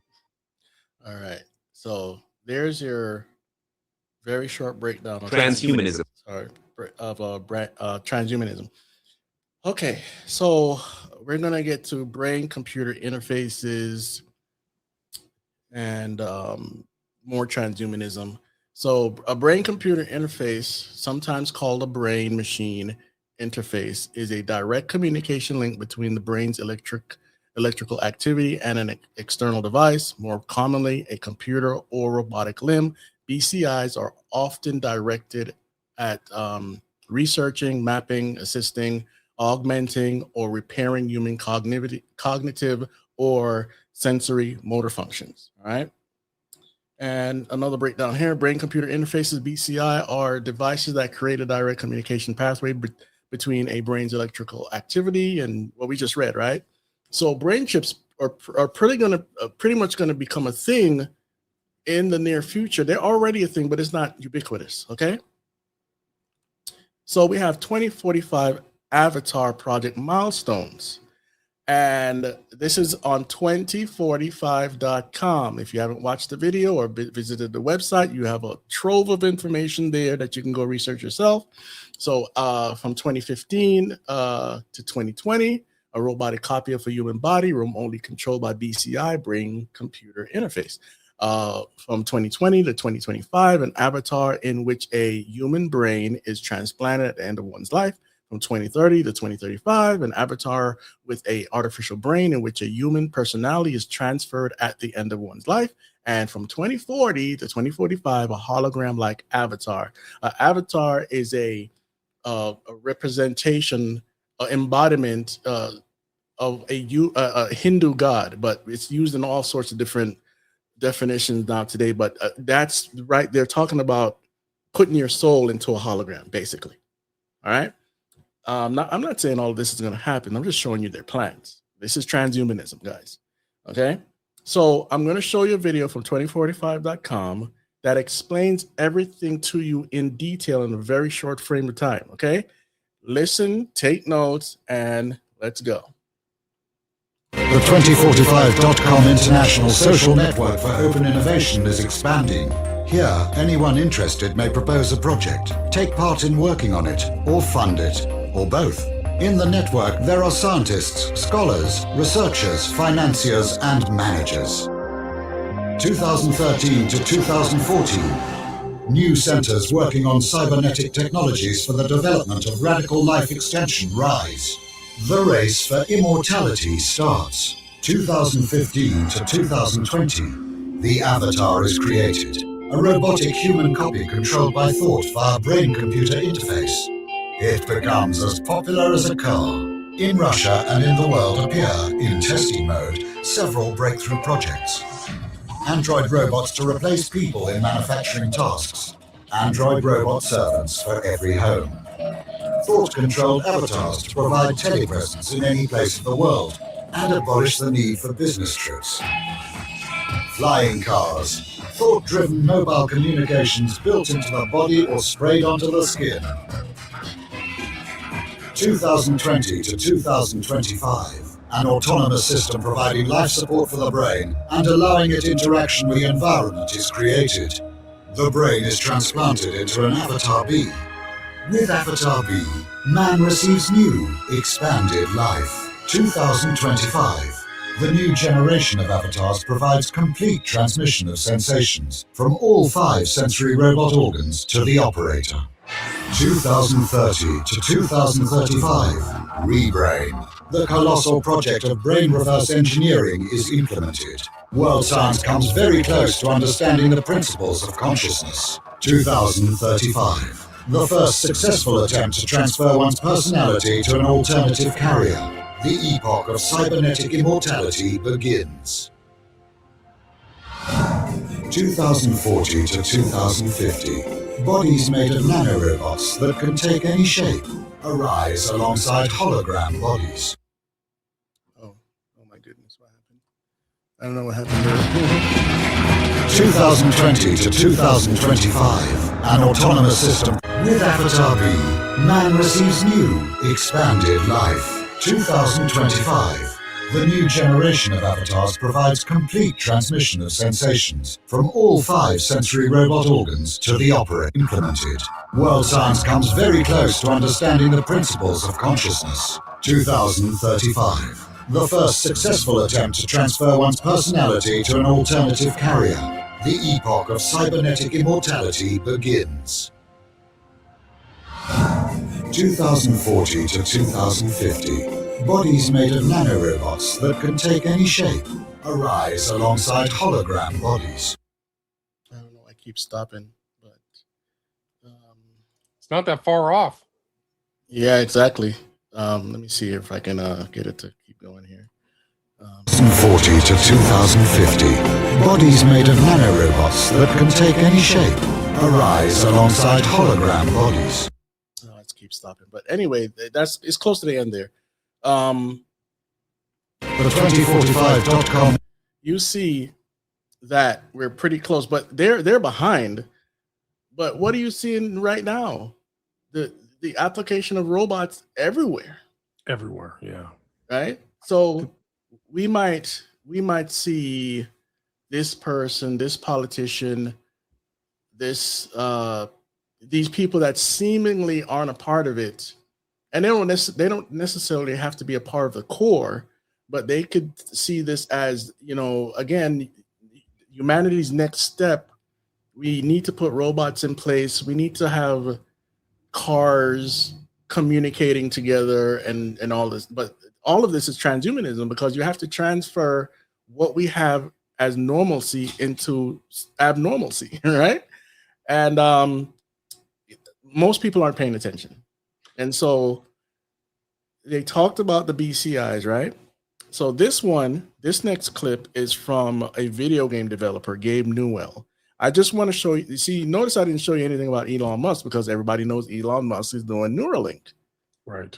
But he's not the only person developing this stuff. So I'm going to play this clip right here. A lot of our product design discussions sound like science fiction. As soon as you're doing anything with neuroscience, you're like, it's indistinguishable from science fiction now. Our ability to create experience in people's brains that are not mediated through their meat peripherals will actually be better than is possible. So you're just experiencing the world through eyes, but eyes were created by this low-cost bidder who didn't care about failure rates and RMAs, and if it got broken, there was no way to repair anything effectively. So, it's like totally makes sense from an evolutionary perspective, but is not at all, reflective of consumer preferences. So the visual experience, the visual fidelity will be able to create through, the real world will stop being the metric that we apply to the best possible visual fidelity, and instead it's like the real world will seem flat, colorless, blurry compared to the experiences that you'll be able to create in people's brains. Is that Alan Newell? Way in which I think Gabe Newell. It's like the Matrix said, oh, and we'll create something that's like reality. And I think with BCIs, fairly quickly we'll be able to create experiences that are superior to it. But that's not where it gets weird. Where it gets weird is when who you are becomes editable through a BCI, right? So like, oh, I'm feeling unmotivated today. Right now, we think that that's like this fundamental personality characteristic that is relatively intractable to change. And instead it'd be like, oh, I'm going to just turn up my focus right now. My mood should be this. Once you can start editing, you start having these feed forward and feedback loops in terms of who you want to be, which is a weird thing to talk about. Right, I think it's an inevitable consequence of what I see happening with BCI, but I don't even have the terminology yet to explain what the problem is concisely. You just heard me go for a couple of minutes trying to sort of circle around this description, which at some point will be, oh, well, it's just a simple math equation that you can use to talk about the choices that the people will be making in terms of who they decide to be when who they are as an editable thing, and then I think you'll end up in situations where the kinds of experiences that you have will be complicated choices that you make. Right now, we know the things that we like, but with BCI and with what's coming in terms of neuroscience, the experiences that you have will now be things that are created and edited for you. Like one of the early applications I expect we'll see is improved sleep, right? It's like, sleep will now become an app that you run where you're like, oh, I need this much sleep, I need this much REM, but it's now, rather than, I'll fluff my pillows this way and I'll take, Zolpidem to try to get myself to go to sleep. It's like, oh, I just say, this is how I want to sleep right now. And it looks like an app running on your phone rather than this complicated thing. And most people will look at that and go, that sounds pretty nice. I mean, I got on this 12-hour plane and I basically said, I do not want to be awake for the next 12 hours. And I wake up completely refreshed with my circadian rhythm. People say, okay, this other stuff sounds scary. That my friends have all done it and they've all told me it works well. Okay, I'm going to go ahead and try that. Once you start thinking about brain-computer interfaces, you'd say, oh, how can we create a hand? So like some of the projects you're working on that we're involved with right now are related to creating synthetic hands for people who don't actually have hands, right? So it turns out game engines are really useful because they simulate a lot of the information that you would need in order to create a simulated hand for somebody. And so the question, as soon as you do that, you say, oh, can we give people a tentacle? And you think, oh, brains were never designed to have tentacles. But it turns out brains are really flexible. Your body's ability to incorporate new things into it has to be flexible, because you use tools and you want to use the end of the tool as if it's part of your body. And you, in fact, if you look at the parts of people's brains that light up, it's exactly the same. You can make people think they hurt by injuring their tool, which is a complicated topic in and of itself. So it's probably going to be a lot easier for people to have these extraneous limbs. And it's just a question of how hard we can push it before we need to have medication augmented neuroplasticity. All right. So he started off telling you that God created something that was broken. But no, God created something that was perfect, and it's broken through sin. So, and then he goes on to tell you that we can perfect humanity, we can update you, upgrade you, we can edit you, we could put signals in and take signals out, and on and on and on he went. Go ahead. Yeah, it's just like you're seeing this theological debate just play out in real time in right now, in 2026. It's just like people who think that's imperfect and you got to tamper with it. Right. God's plan wasn't perfected. Yeah. We can do our own thing. Yeah. Humanism 101, right? So we're almost done.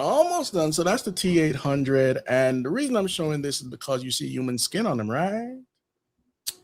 And he also has he has a BCI, but obviously it's artificial, so just a short clip. You won't get hit for this.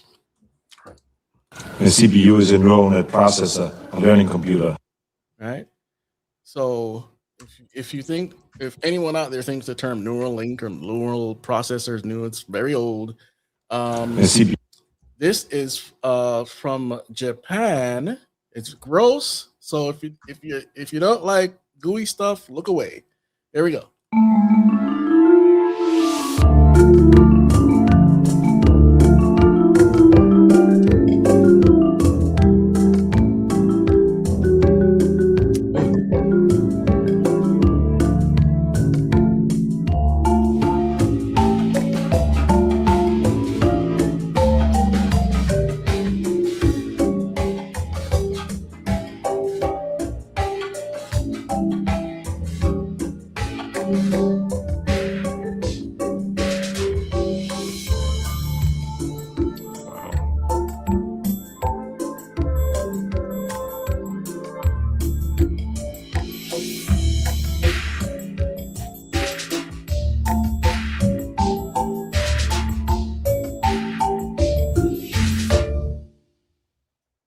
All right, so I said it before in the last show that they're developing skin, blood, muscles for robots, and it's been around for a while. So I'm just showing you. This is Japan, I think 2 years ago, creating these skins, and it looks weird and freaky, and they're using stuff to make it move. So that's a part of the whole human 2.0. Getting robots to be everywhere that look just like us. There's a TV show called Humans that you need to check out. Pretty freaky. And so let's keep going because we're running out of time. So we're at 142. Yeah, this next one is a lot of grounds. Mormons and Transhumanism. As you see down there, Mormon Transhumanist Association, right? So this is one of the breakdowns of their thing. Mormonism is, above all other things, change toward and fully immerse both our bodies and our minds in the role of Christ. To become gods and saviors, to console and to heal, and to raise each other up together. This is the heart of Mormonism. This underlies Mormon transhumanism.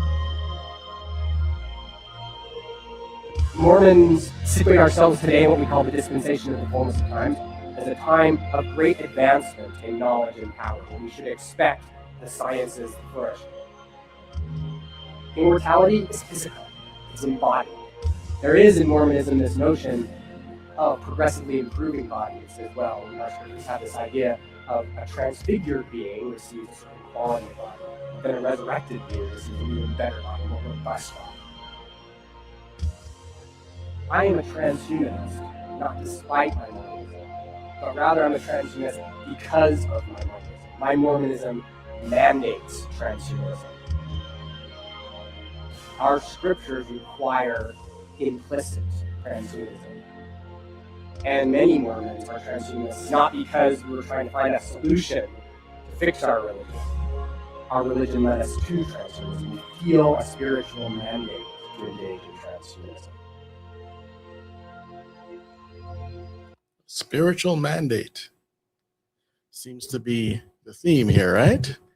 Now this one is a short trailer about this freaky looking robot here. So let's move on. So this is Emo, our 5th generation face robot. It's really a platform to study this very important communication channel for humans, which is facial expressions. That is astounding. We ended up just letting these robots watch themselves in the mirror, learn to make faces, learn what they look like, and then watch YouTube. Within a few hours, they learn how to make all kinds of faces, smile, frown. They're just learning by watching people. Can we really say these robots are self-aware? I think it's not a black and white question. They're definitely not self-aware at a level of a human. There's no doubt about that. But they're tiny little bit self-aware. And that level of self-awareness will grow. Robots are sort of like children right now, but they'll evolve. And they'll evolve rapidly. All right. Anything to say about that before I go to the next one? Yeah, go ahead. It's just like accelerating. Right. So these are two news anchors who kind of awkwardly try to explain transhumanism, and we're almost done, guys. Nanotechnology, genetic selection, even brain implants. Sounds like science fiction, but it's actually real. Yeah, they're coming to a hospital near you in this month's Big Idea. Ben Simino shows us some of the incredible breakthroughs happening right now.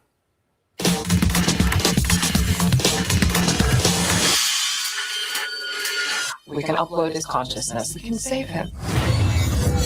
The merging of man and machine, creating a superhuman. Your friends, they don't know the danger. Yes, this is fiction. The Johnny Depp movie Transcendence. The mind of Depp's character is uploaded onto a computer and it spirals out of control.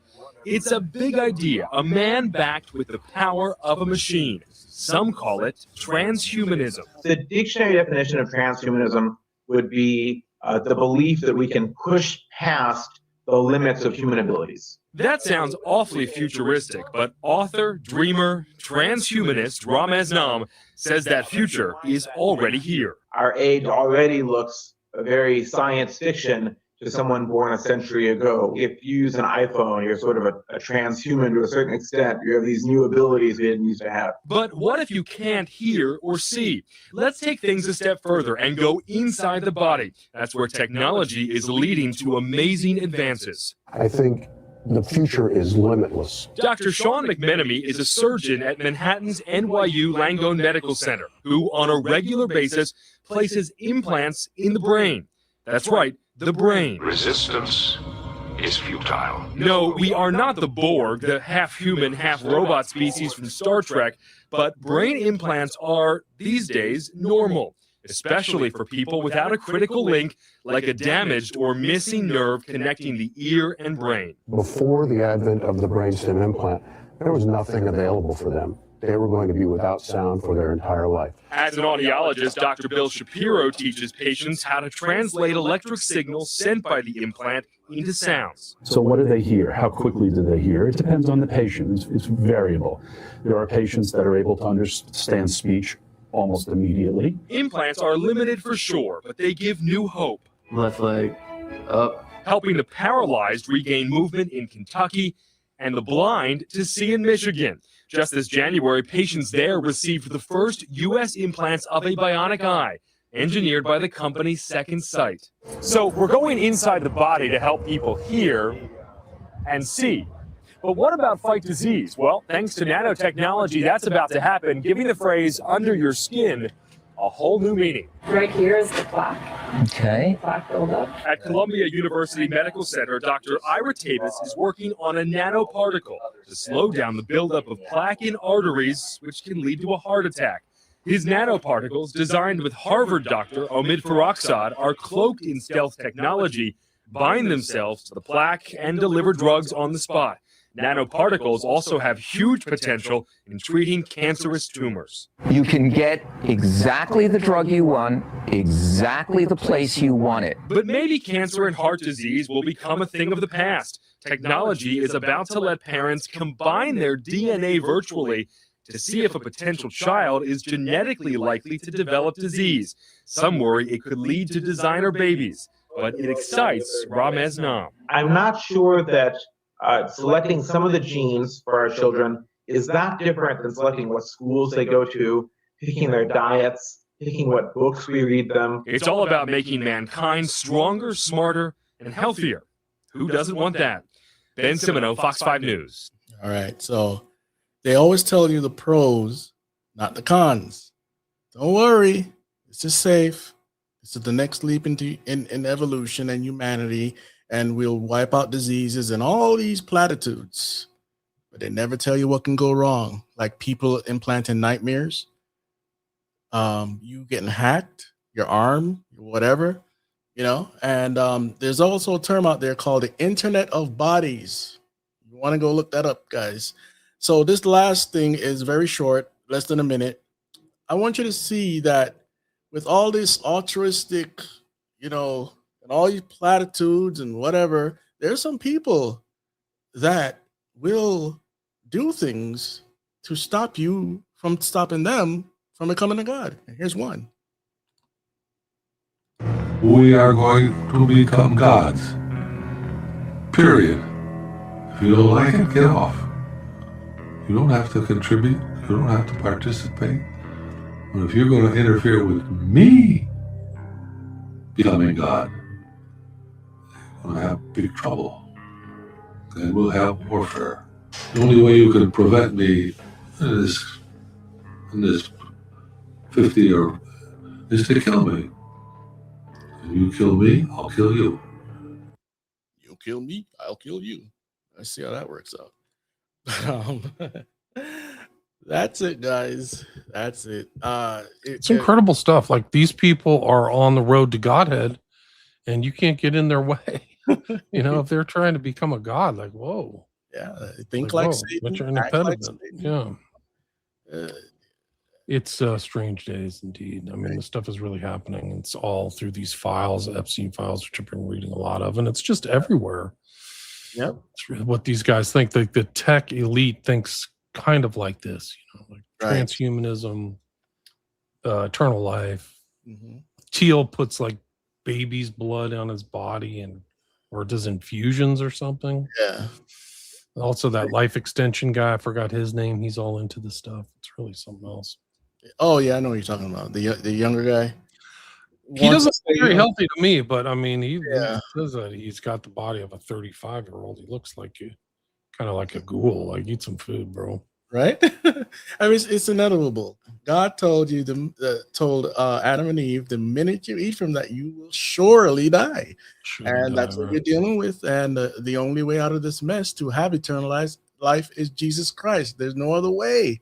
And humanity, following the leading of Satan, the temporary god of this world, will enter a time that's called the worst time of humanity, where God pours out his wrath on sin, and there's other things that go with that. So it's all, as the Borg would say, what did the Borg say?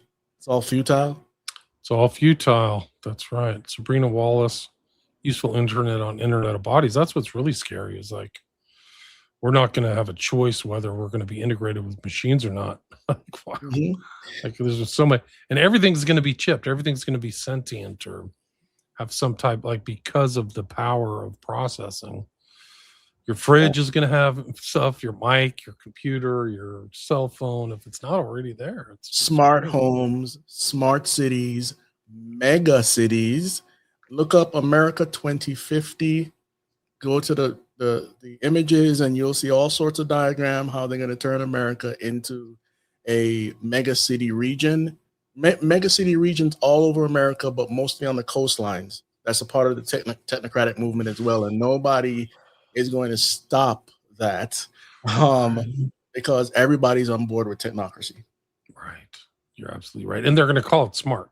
So if you're not going along with it, Chris, you're not smart. Don't you want to Right. be with the crowd? All behavioral psychology, Ash experiment type stuff. Yeah. Better go along. Isn't this your best of all possible worlds? It's almost like. And on the topic of artificial intelligence, you want to read a book. I didn't finish reading the book, but the author was I forgot the author's name, but the name of the book is The Artilect War. Now, you can find again, the what war? The Artilect War, like artificial intelligence war. Artilect War. It's on in physical form. It's pretty expensive because it's not many around anymore. But I found a copy on a e-site, so I could send that to you. But it's a book that people should read. It's pretty much it's talking about the divide of humanity. One side is going to be on artificial intelligence, and the other side is going to be like the resistance. And I don't believe this is going to happen based on the Bible, okay?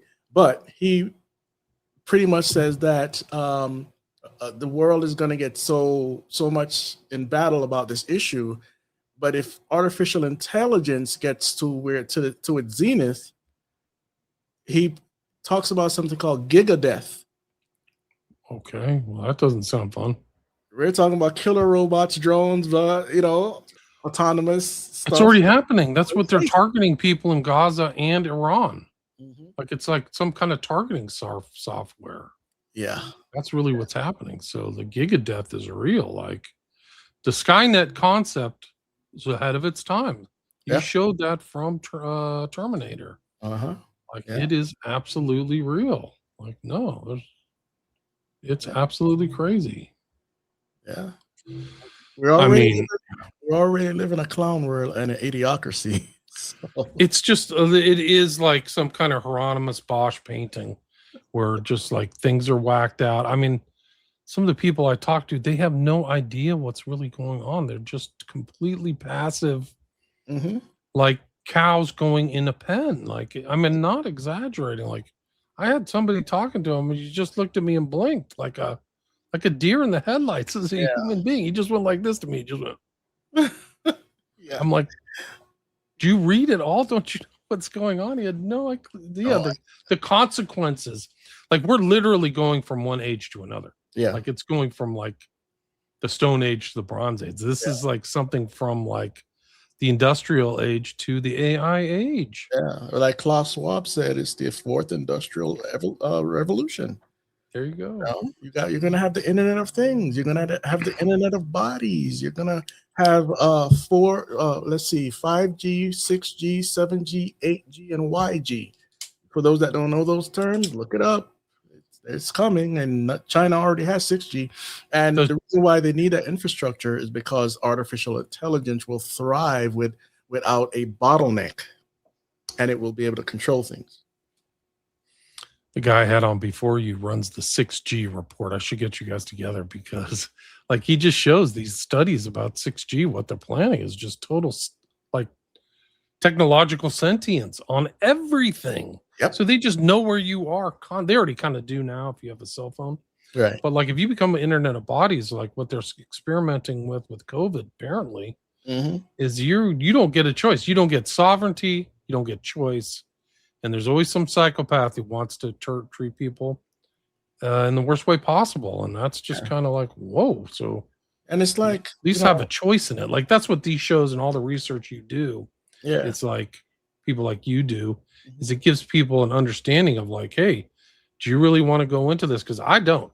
Like I want to go live on a farm and grow my own food. Yeah. Like, that's what I never thought I'd think that.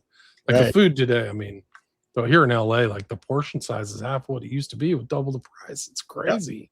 Yeah. And I spent $30 on food the other day, and I got a portion that was like for somebody's tiny. Like I'm like, what is going on? Is it all private equity now? Anyway, it's just like you got to make these conscious decisions, guys. And one thing on the Internet of Bodies, though, there's some good to it, right? I'm a diabetic. I have to wear a continuous glucose monitor, right? And it saved my life pretty much. You know, I know what my blood sugars look like all the time. Then there's the issue of if you are a person that take insulin, there's no off grid for you. You have to depend on the system to give you your insulin to take a shot. So there's some of you guys can not necessarily escape because they know everything everywhere already, satellites and all that stuff. But people like myself would have to stay close to a city or somewhere that has a big box store where I can get insulin or the continuous glucose monitor. Wearables. There was an article, you could search this all over the place, where a lot of people are going to be wearing wearables. Right. That's the Internet of Bodies. They're already doing it now. They sell it to you as like a positive. It's these workout things, Oh yeah. Like the band or whatever. Like, hey, you can monitor your heart rate and all this stuff. Like, whoa, that's going straight to Jeff Bezos, guys. Yeah. All the Echoes, the Ring doorbell. These corporations buy up all these companies and fuse them into one, and there you have a whole grid. They're probably like 3 corporations, like the tech. Yeah, no, it's like a science fiction movie, man. It's like Blade Runner, Philip K. Dick. Right. I bought this stuff from Amazon, and it has on there something on the label that I've never seen before. It says, Alexa, reorder Amazon Basics again. It literally says that. So like you literally ordered something from, or I ordered something from Amazon. I don't have Alexa, but it's basically just telling you to have this monitoring sound in your place. Just reorder it again. Yeah. So it'll go onto your Amazon account and just start sending you stuff. Like, yeah, it's we're there, man. We're there. Oh, there's a guy that wrote the book Technocracy Rising. You ever had him on? Yeah, no, I should have him on. I think he just published another book with Courtney Turner. Yeah, real good stuff. I saw that. I saw him. Wood? Something Wood? And Andy. Sounds right. So Patrick Wood? Andy Wood. Patrick Woods. Andy's the preacher. Yeah, I know I should reach out to him. I saw that they came out with a new book, and I should have him on to talk about it. I've just been busy with other stuff. Traveled last week. Yeah. Chris, we are at the 2-hour mark. Is there anything you'd like to add? Anything I missed? Where can people find your work? What have you been working on? Well, just pay attention to what's going on around you. There's more to this talk, but if you ever have me back on, I'll do the rest. And just reach out. Don'tLetThemBurn.com. You can reach me on Telegram, YouTube, Rumble, X. Those are the main hubs. If you have a question, you can shoot it there. And go to the archives. We have a lot of interesting stuff to talk about with tech, genetics, Hollywood, comic books, video games, and a bunch of other subjects in between. So you're being exposed to these ideas, guys, just like Chris is showing through all the common culture. It's all there. Like it's almost like we're at a time where we have the same arguments. Maybe we're just so oversaturated, but it's like the philosophies are really in front of your face. Like, what's your impression and how you're going to do it, and how do you respond to that stuff? Yeah. And besides myself talking here, how many times did you hear the term evolution put in front of your face over and over and over again? It's what it is. So trust the science too. Just like it's just we're all being bombarded with that stuff. Did you ever have Billy Crone on your show? Oh yeah. Oh, so he's been on there. I gotta go listen to those. I gotta catch up. Don't Let Them Burn YouTube. You have a Linktree too, right? I think you said this to me last time. Yes, so I'll re-put the Linktree up there. And we had 365 live listeners. So thanks everybody for listening on all platforms. If you're only hearing this show, I keep getting people to say, they're probably not even listening, but if you are listening to the audio that's on speaker, you can go to one of the sites I mentioned at the intro or go to Chris's YouTube and watch it live. I'm going to give him the video, but you can also watch it on my YouTube, William Ramsey Investigates, X, Rumble, or Rockfin. You can see the live slides and the videos that Chris showed.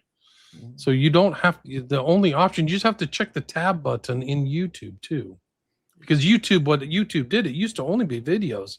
But now when I upload my stuff to Spreaker, it goes to their audio only site. So you can just do audio too if you like, if you prefer that. But if you really want to watch the video, and eventually it looks like iTunes and Spreaker Spotify have video. So a lot of the stuff, video stuff, my old videos I have to upload and re-upload and do all that stuff. But you do have an option.